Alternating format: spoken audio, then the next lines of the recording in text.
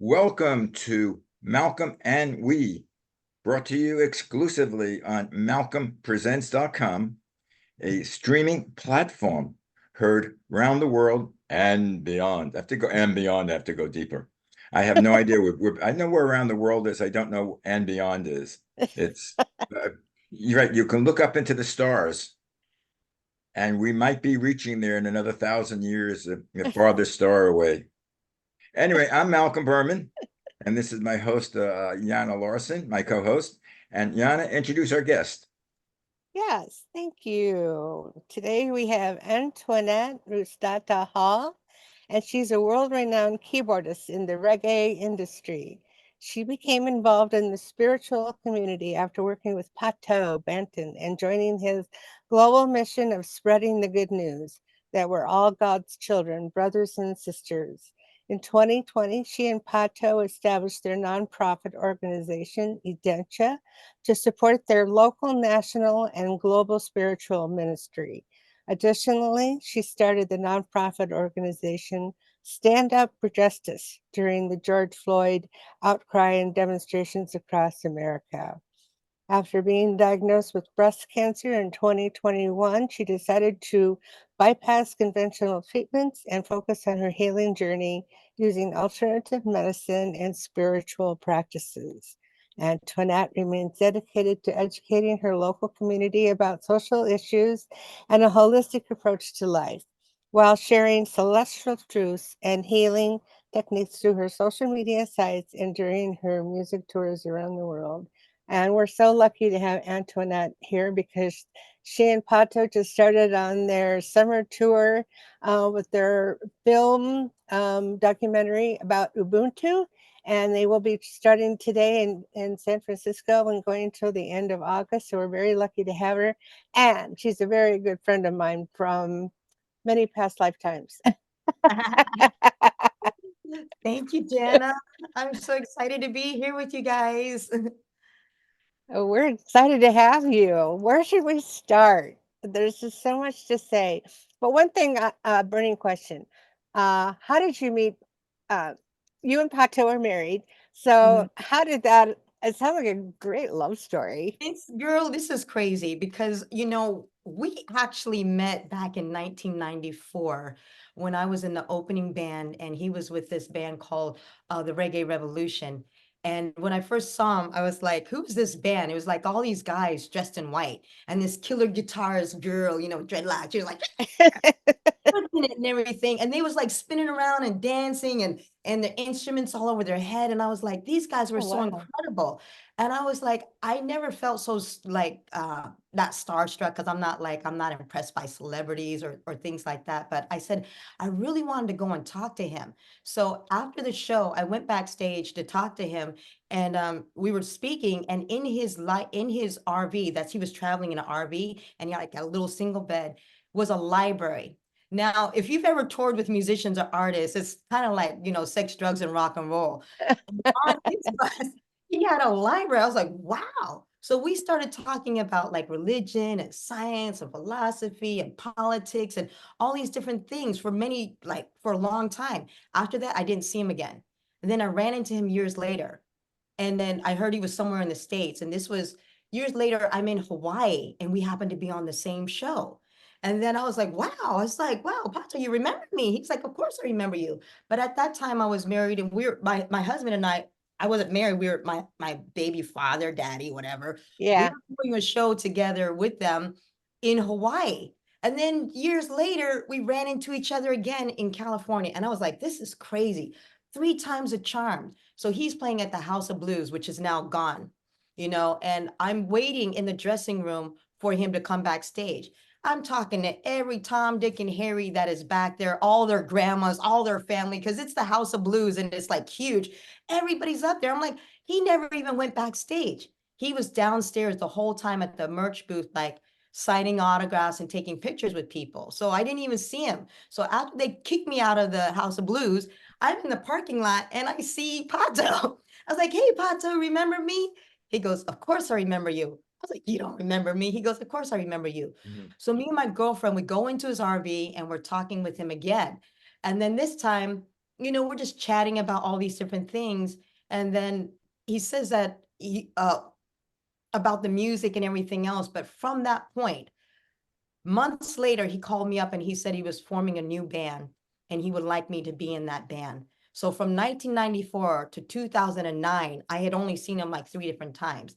So in 2009, I was like, yes, because, this was the time when we were going through all that financial craziness.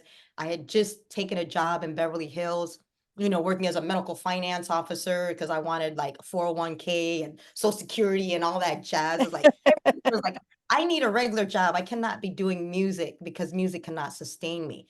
But Yeah. my entire life, it was music that always did sustain me. It was Yeah. always something else that did not allow me to keep my job, and I had my music and I would always have a gig. And, being a New Yorker, that was the other thing too. I missed 9/11 because I was, when I came back, I wasn't even working there anymore. I had a 9 to 5 job right next to the World Trade Center. Me and my Wow. Right. girlfriends used to eat lunch there all the time, and something took me to Japan to tour with Marcia Griffiths instead. And when I came back, I was like, oh my God, that just saved my life and everything, So everything, I started to realize everything happens for a reason, and you just have to sit there and like wake up and pay attention to what the universe is trying to tell you. So stick with music. Music. Because I lost that job and I was like, the bill collectors were calling me. They're like, car, I haven't paid my rent. And I was like, oh my God, oh my Yeah, Oh, jeez. your regular job filled your, you could pay your bills, but didn't fill your soul. No, not, I hated And your that. soul is music. And yeah, and plus I felt like because the medical finance thing, it was like it was supposed to be like medical finance for people with like drug recovery and other stuff, but most of it was really plastic surgery. It Oh, was medical finance of people going into debt to sit there and augment their bodies and everything. So it wasn't, it wasn't something that my heart or soul really right. believed in. But because I was doing the job so well, and I was like, I got an executive office and I could all lunches, and everybody else was jealous. They're like, she's doing the job, leave her alone. She could take 3-hour lunches if she wanted. I'm just like, Ooh. and being Black in a corporate office, I'm like, I'm always thinking they're watching me. So it's like, I'm always working. No matter what, I'm always, always, always working. And when I would walk around the office, I would just see everybody on MySpace and Facebook and doing whatever else. And I was like, I would be too scared to do that because they would fire me, so I'm just Yeah. work, work, work, work, work, work. Keep your nose clean. Yeah, going back to music, how did you start in the business? Did you major in music in school and college, or did you? See, that's another thing I wanted to. Like ever since I was a kid, I was like, I want to go to Berkeley. I want to go to all these music schools. I want to do all this stuff, and study music and foreign language. So I wanted to be an interpreter at the United Nations, and I wanted to be a musician at the same time. That was my dream since I was 12 years old. But unfortunately, my year of high school, my last year of high school, they decided after I'd taken my yearbook pictures and everything else, I was an honor roll student. Me and my brother and sister were. But at that point, unfortunately, I wasn't, my mother wasn't there. I had already lost my father. So I was kind of a working student. I was actually, I worked at the officers club in the military. Oh, And wow. and I also worked at Baskin Robbins. And like I had these jobs as a high school student. So I didn't go to school all the time. I missed a lot of school. But they end up decided they were not going to graduate because of attendance. And I was like, wait a second. I showed up for every single test. I turned in every single Hmm. paper. I felt like this was something very unfair at the time because I was like, I've done everything. And I started to think about it and I was like, is it because I was mouthing off to the world history teacher? Ugh. The teacher. No, trust me, because these people over there, it was during the time when the Iran-Iraq war was going on and everything. Ah. And being a military dependent, it's like, oh yeah, watching all the bombing and Hmm. obliteration and everybody's cheering, go USA and stuff. And I'm like, this is really disgusting. And I didn't like that they were trying to like indoctrinate me while I was in school about war and other things like that. I'm like, this is not fighting for freedom. This isn't these things. And my soul felt absolutely against it. And I used to question these teachers all the time. And I'm like, Yeah, what are we Yeah, I mean, because what are we doing over there exactly? I'm like, make it make sense to Right. me. I can relate to you because I was in high school at the beginning of the Vietnam War, Mm-hmm. and I had the same questions. What are we doing there, and why are we there? But Thank you for. anyway, getting back to the piano. Mm-hmm. At that time, did you study the piano, or did you just go off and you had it in your head and you played? So I studied piano in Japan for about a year, but when I got over there, I just joined everything that was music, like jazz band, classical band, marching band, all the bands, anything to do with like, so I didn't have to go home because my mother said, she said, if you're doing school activities, you could stay out doing school activities and you don't have to come home. But my mother wasn't actually there. So I was just doing the activities so I could stay out. So I became like the black sheep of the child because I was using those excuses, but I was also being a high school student and drinking and smoking and, Mhm. partying. And Oh, wow. You what else was there to do? You have no parents, you you know, were living life. I was living life, you have no parents and you're working and you're just hanging out with all these other young people who are adults and stuff. So Were you hanging out? Were you hanging out with Japanese, or you hanging out with the Americans there? well, this I was in Virginia at the time. So I was Oh, just okay. out with like either military people, other young entrepreneurs or business people, or just it didn't even matter, just whoever. It's Virginia in the 80s. Oh, wow. It was crazy. And how did you get involved with the reggae group? In Virginia. That see, this is a crazy story too. So in Virginia, back in the like the late 80s, I was working in Virginia Beach at the time, so I didn't go off to college. I was like doing music. And so I went down there working in a pizza restaurant and working like 5 jobs and then playing in this rock band. So I love rock and roll music. I grew up on Rush and Santana and Led Zeppelin and Pink Floyd. And I was just a real rock head at that time. So I was in all these rock bands, in the 80s in Virginia, and Greek Fest happened. So apparently some black students were there for Greek Fest during the weekend, and then some massive riot ended up happening. And the police came down, brutalize all these students. This was in the 90s. It's like, it's funny how they're talking about later. It's look at your face. You see your face, it's like you're puzzled and confused, like, what exactly happened?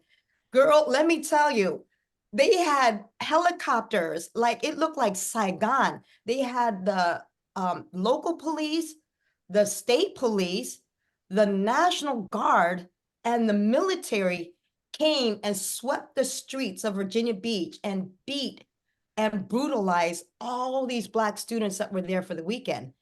I got caught up in the mess. So I'm sitting there riding around, trying to get home, dodging from the police that are just grabbing people out of restaurants and grabbing people out of stores and just like beating them, throwing them into paddy wagons. And they shut down this curfew and they told everybody it's like nobody's out at all.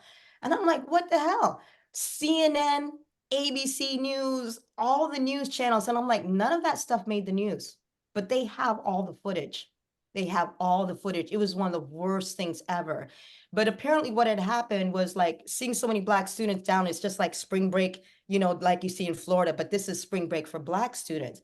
A couple, a couple black people, a couple of the black folks had done something, but they just blamed all of the black people who were there that weekend. So everybody was a target and there was so much violence from the police against these students. And but the way that they twisted in the media, was like these rowdy black people that was, mashing up and everything. And I'm like, excuse me, these were HSBCU students. They were spending a lot of money, to the colleges. They were from very prominent families. The prices that they had to pay for the hotel rooms, because they marked it up during that time. And this is in the 80s. The hotel rooms were like $600 a night. Wow.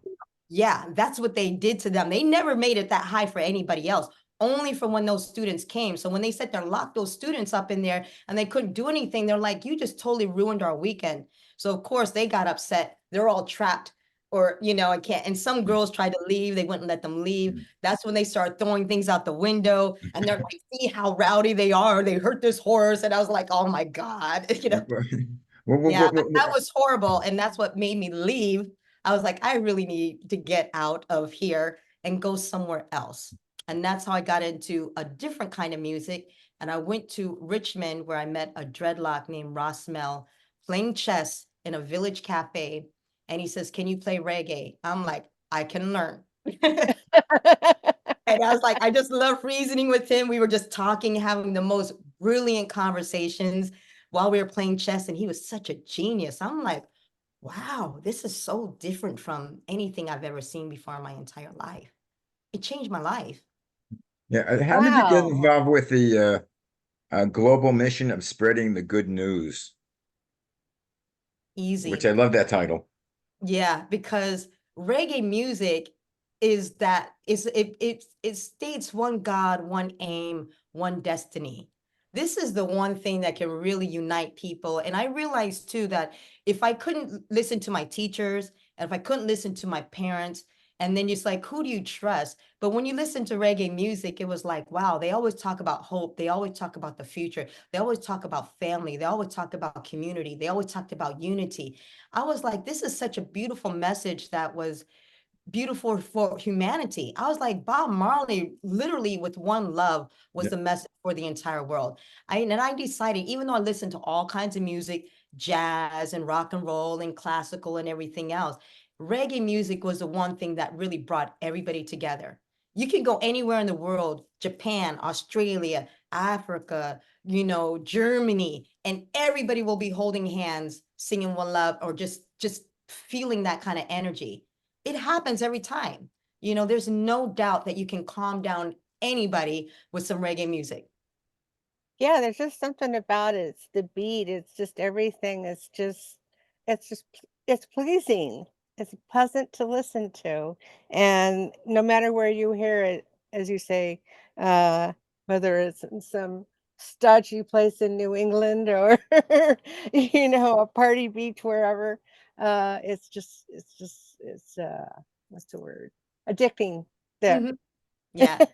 Those little But videos where they put the reggae music on and the baby stops crying and it's just like, yeah, yeah, starts going. Well, to me, reggae is very spiritual. there It's you Yeah. go. almost actually the thing that closest I equate it to is gospel. Mhm. Not necessarily the same message or the same people, but the same sincerity that it has, the same way it reaches the soul, and people that sing it or play it are feeling it. It's coming from the heart. Yes. It's beyond the mind, so to Yes. speak. It's from the spirit. It's from the soul. It's true. And if you notice, because like I listen to gospel music too, and I get a great feeling of that, but I'm not a church person. It's like I grew up in the church. That's the reason why I left the church, because I'm like, I don't like these things about church and dogma and religions. And my parents taught us a lot about these religions. So I've been in the Catholic Church, the Baptist, the Pentecostal, the Methodist, the Episcopalian, and everything. And I'm like, I like the music, but I cannot get down with any of this dogma. And what I liked about like the spirituality of reggae, they're always like, it's about the frequency. It's about going within. It's about the meditating and connecting with God and with the higher source and seeing everything else. And then seeing everybody as your brother and your sister, it's very Ubuntu like. So I'm like, this is it for me. This is the one welcoming, that I like, but it's still, for me, it's not, I'm not going into the religious part of it, more of the spiritual part of it. And I think Okay. for me and Pacha, we're more like spiritualists than religionists. Now, Yeah. what does this group Stand Up for Justice that evolved? All right. So as you can see on my screen, I've got Ubuntu, Stand Up for Justice, and Divine Mother's Love. So Stand Up for Justice was born after the incident of George Floyd. And that was, and I think that might have been how I, really took myself over the edge, with getting sick and everything else, was Mm, because it was so traumatic, at that time, you know, yes. everybody, and remember, Janet, everybody was like coming, it's like all of a sudden everybody wanted to talk to Black people. It's like, wow. It's like nobody wanted to talk to us before when we were talking about police brutality for so many decades. You Yeah. know, you're in New York, in New York. Remember, I was like the first thing that besides what happened in Greek Fest, that was my first experience of police brutality. But when I got to New York, Amadou Diallo, I will never ever forget his name when they put 52 bullets into him. Wrong man, wrong door, wrong person. And it's like, and ever since then, I just been following this, what was going on all around. And nobody would ever, ever, ever, ever, ever listen until finally with George Floyd, people started to pay attention and people started marching and protesting around the world for Black lives. I was like, wow. I was like, you guys are finally witnessing and watching. And I was like, we need to do something. And that was the other thing too. And the reason why I started the organization was because I wasn't ready to join. I believed in Black Lives Matter, but I wasn't ready to join that organization or to join any of those others. I was like, if anything, we're going to have to kind of create our own with our own spirituality and our own beliefs behind it so that way we can kind of keep the integrity of what we want to do when it comes to justice. So for standing for justice, it's like Black, Indigenous, people of color voices first, but all people who are oppressed, we want to sit there and like expose, how these people are being oppressed and how can we deliver justice for these people? Because until everybody's free, nobody's going to be free. Martin Luther King stated that. And I want to make sure that when we went with this organization, that we would stay amongst the principles of justice and love, that bringing light into the darkness of Martin Luther King's principles, because any other way will not work. Yeah, Not according to us. Not according to us. We are nonviolent, peaceful protesters. We want to bring the education to the people. We want to bring the awareness, but we're not trying to go low when people go low. We're always going to take the higher road. yeah. Well, I mean, I was raised with, during the period of, Martin Luther King, and I believed in it. I was in a college back then, and to me, and I lived in New York City. In New York City, there is a difference between black and white. Mhm. Don't get me that, and I think there should be a difference, but not the way you relate. You Mhm. relate to someone as, as a People. person in the mind is equal. Like, Yes. uh, which I do. I don't know whether it's right or wrong, but if I would describe you, Mhm. and they say, who is Antoinette? I said, oh, she's a black lady from. Like you might describe me, he's a white person from, but it doesn't mean anything. I can't not see color. Mhm. You We know, have it, to see it, it is color. so obvious. It's like, can I see you if you were, Thank you. 6'1" or 5'2"? She's a small lady. She's a Mhm. thin lady. She's a heavy set lady. But color is part of you. The same way color is part of me. Yes. I, I've I, I talked mean, about this many times, about colorblind. And I tell people, I was like, don't come to me about you don't see color because then you don't see me. you I don't need see. you to see me. See my color. I see your color. There's Right. nothing wrong with diversity. I celebrate everybody's diversity. Right. That's what I was. You go hand in hand. Like also, people describe me for whatever reason. I say, oh, he's a Jewish kid from New York. He's an old Religion white becomes guy. part of my identity, and I Oh my don't God, mind he's that. from New York. But see, I that's the know. thing, you go past. I'm an old gray lady. You see, remember what happened in New York? Okay, besides Amadou Diallo, remember what happened? They had the protest where they locked up the street, a Brooklyn Bridge. The one Jewish kid that got hit by a car, two kids got hit by a car, but the ambulance came and took the Jewish kid, and then the black kid died on the street. Yeah. And then, right, remember, everybody was pissed. And so they took over the bridge and everybody's, I'm like, wait a second. You guys all live on one side or this side, but we all live in Brooklyn. And then even today, what's going on? Nobody will ever convince me that one group of people absolutely hates another group of people. You will never Yeah, ever I convince don't get that. that at all. No, but people are always keep trying to push that Yes, about them. They do this and they do them that. and us. No, I'm not going down that road with It's any of all them. of us. It's Yeah. we. This has been, you talk about music. This has been, I think it's South Pacific. And with Oh this, one of yeah. the songs, you have to be taught Mhm. to hate. or Yeah, the, that's when she finds out that the French guy, yeah, that's South Amy, Pacific. He was married and to a yeah, islander. Emil, his wife was Polynesian, Yeah, and then she died, and so then the children were of color, right. Her daughter and was, so yeah. this whatever her name was, you think that she's just all wonderful and perky and likes everybody, but then she has a problem with the fact that they're different and she can't live with that. But it's supposed to be the 50s, I guess, or the 40s. In the So 40s. It was this after the war. And the yeah, same way all the stories, West Side Story with the yeah, Italian and yes, the Latino. yes, We're back right. there again. It's 2024 and we're back there again. Yeah, Yes, we're it's crazy. We're going backwards with you know well, rights that women have and people. It's well, wrong. it's becoming you and them. Getting Mhm. back to stand up for justice, what do you guys do? Oh, well, we do a lot. And no, originally, I don't know if you remember I forget what the Olympics were, 78 Yeah, so in early 70s, yeah. with Black Power. Yes. And people sit there and think it's like Black power is like Black people want to take over the world. The Right. power. It's like, no, Black power is like, no, we just need to sit there and elevate ourselves. It's like people don't sit there and understand. It's like Black people weren't told that they were beautiful. This is not a racism thing. It's like, let's get there first. Because right now, Black people weren't feeling that they were beautiful. They weren't feeling that they were good enough and everything else. It's like, no, we need to Worthy get and there all first. that. That's what Black empowerment is all about.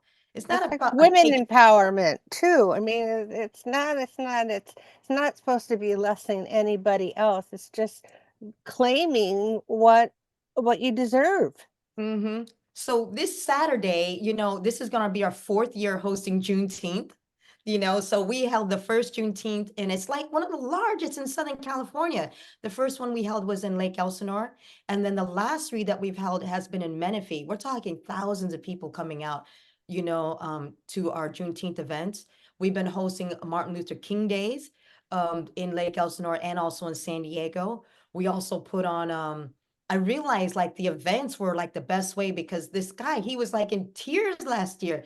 He goes, "Thank you so much for putting on this event and making it free because these kids don't know about their history, you know." Mm, And the Juneteenth is kind of like a big um family picnic, it's like the Black family picnic that worldwide that everybody can come to. And I right. remember last year before I went to Burundi, I was like, how many of you guys have a family reunion to go to?